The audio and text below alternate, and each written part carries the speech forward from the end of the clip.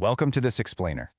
Today we're diving into a really fundamental question, one that literally shapes everything from our mundane daily routines all the way up to the very fabric of our society. We're asking, which community is actually good to join?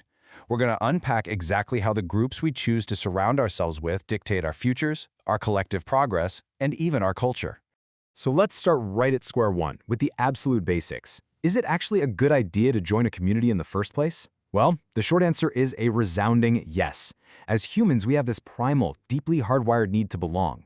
Historically, being part of a tribe quite literally meant survival. If you were cast out, you wouldn't last very long out in the wild. And today, while we might not be dodging saber-toothed tigers, that biological programming is still totally active. Belonging is an absolutely essential pillar for our mental health and our overall sense of identity. It's fundamentally healthy to seek out a tribe and figure out exactly where you fit in. Okay, let's dive into this. Here is the roadmap for what we'll be covering today. First, we'll look at the human need to belong. Second, inclusive versus exclusive groups. Third, the trap of exclusivity. Fourth, how communities drive progress. And finally, choosing your next community. Starting off with Section 1, the human need to belong and why we group together. Like I just mentioned, finding your place is incredibly healthy and absolutely crucial to maintaining a strong sense of self. But here is the baseline paradox we all face. While communities give us this vital support and a sense of identity, the very act of drawing a circle around ourselves naturally creates an us versus them dynamic. The source text points out that simply forming these categories can lead directly to polarization, conflict, prejudice, and honestly, a lot of blind conformity. It's kind of tricky because we absolutely need communities to thrive, but they come with these built-in societal risks that we really have to keep our eyes open to.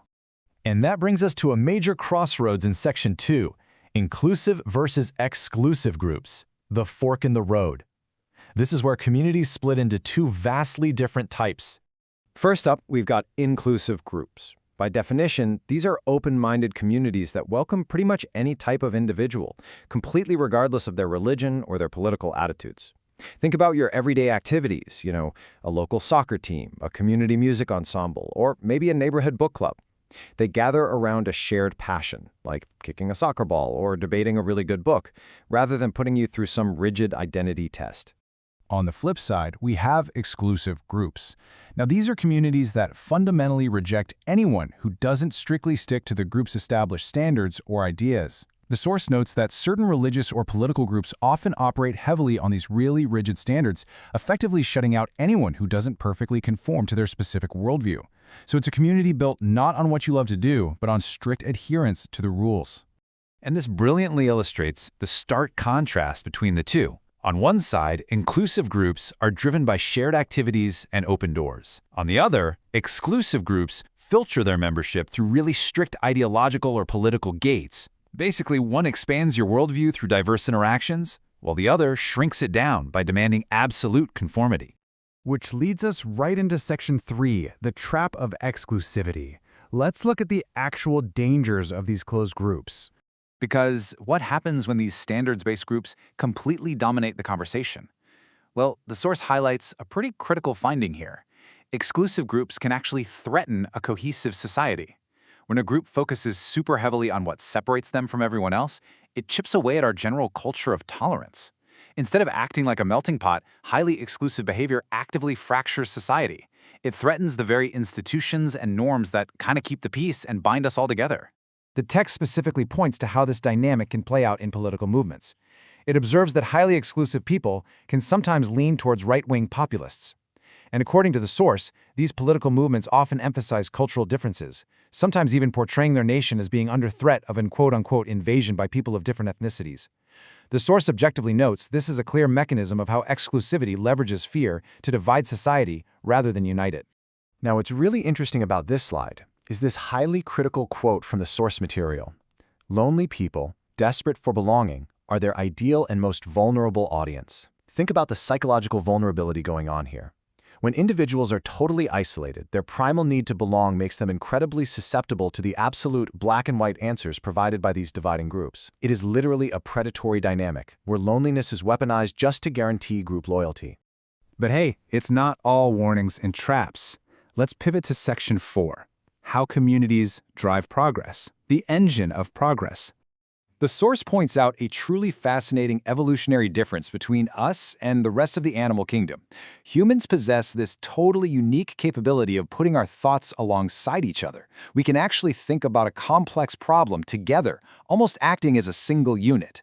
This kind of collective brainpower is something the rest of the animal kingdom simply didn't develop.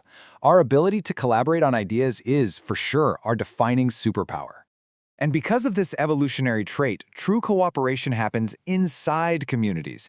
We often glorify the whole isolated, brilliant, lone genius trope, but the text emphasizes that true human progress is actually built on collaborative webs of ideas.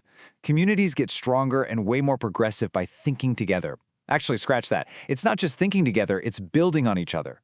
We move forward through the collective brainpower of the group, constantly feeding off each other's diverse perspectives.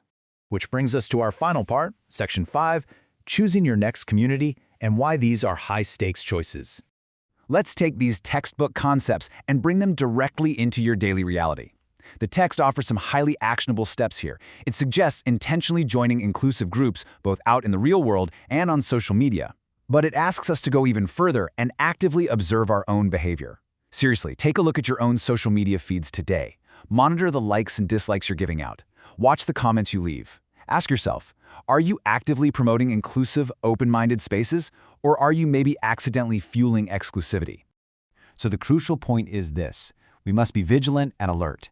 It's kind of like walking a delicate tightrope between fulfilling our very natural human need for a tribe and completely avoiding the trap of prejudice. The text assures us that the absolute best way to strike this balance is by intentionally seeking out open-minded communities that value shared activities over strict conformity. And to understand just how massive an impact these choices have on the world, check out this surprising statistic from the source: 20%. A full 20% of the highest levels of society comes from a very specific elite type of community, namely private schools or top-tier universities. You see, these institutions aren't just schools, they are high-stakes networks and groups, and this proves that the communities you are a part of actively shape the very top levels of society. Intentionally choosing your environment isn't just some casual weekend social choice. It is a critical, high-stakes decision that dictates the trajectory of your future and the kind of influence you'll eventually have. As we wrap up this explainer, I want to leave you with one deeply important question to mull over today. Are the communities you belong to right now uniting society, or are they dividing it? Take a really hard look at your real life and your digital footprint. The power of these networks is immense, but at the end of the day, the choice of where you belong is ultimately yours. Keep questioning, and thank you so much for exploring this fascinating topic with me today.